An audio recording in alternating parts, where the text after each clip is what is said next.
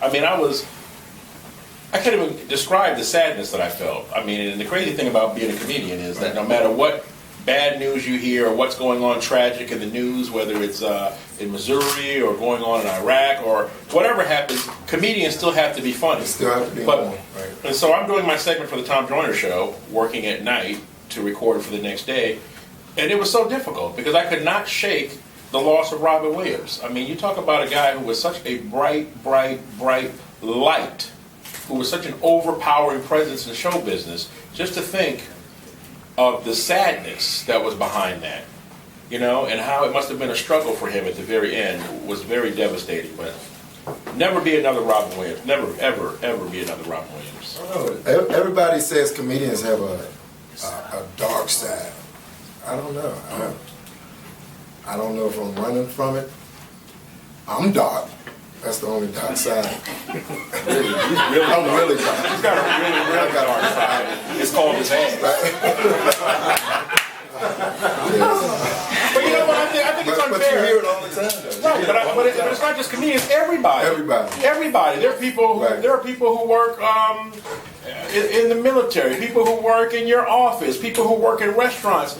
Everybody. A lot of people have sadness. A lot of people have sadness that they carry around. Cheese on that hand. It's like everybody's wearing a backpack and they keep collecting. They collect more of the sad things that happen to them, and the happy things they let go. But they carry around all the things that hurt them in their lives, all the disappointments, you know, all the daily miseries. They carry it around, but most of you just don't know about it because most people just don't share.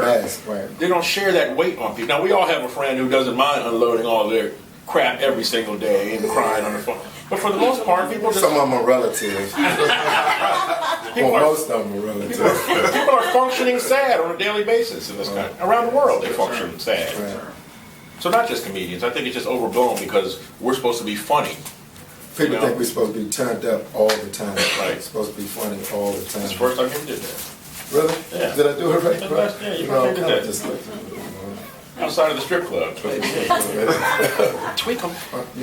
But I tell you this, Huggy and I have talked about, and we both have things in our lives, whether it's family or deaths we've dealt with and stuff like that, and they cause sadness, but we've never ever allowed show business to be a source of sadness because we understand that every single day that we're allowed to do what we do, we're extremely blessed. And show business like from a man's perspective, show business is like a woman. Write this down. Do tell. But this woman is beautiful. She's sexy. She's voluptuous. But she doesn't owe you anything, you know? No injection.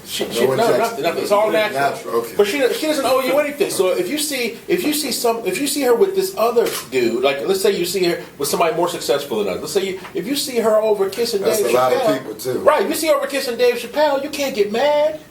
If you see her over there with Martin Lawrence, you can't get mad. You know, they got her right now.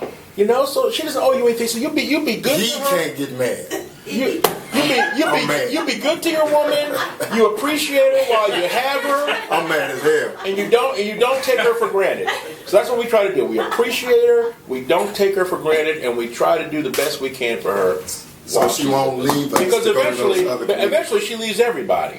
There's nobody in show business who, I mean, even Robin Williams. Robin Williams at the very end of his life, I mean, he was struggling. He was financially, he was in debt. His television show just got canceled. That doesn't erase all the brilliance of his career. They still had like whether it's show business or sports or whatever, everybody has their time where it ends. So until our time ends, we're just going to ride it and keep eating cake with our faces on it.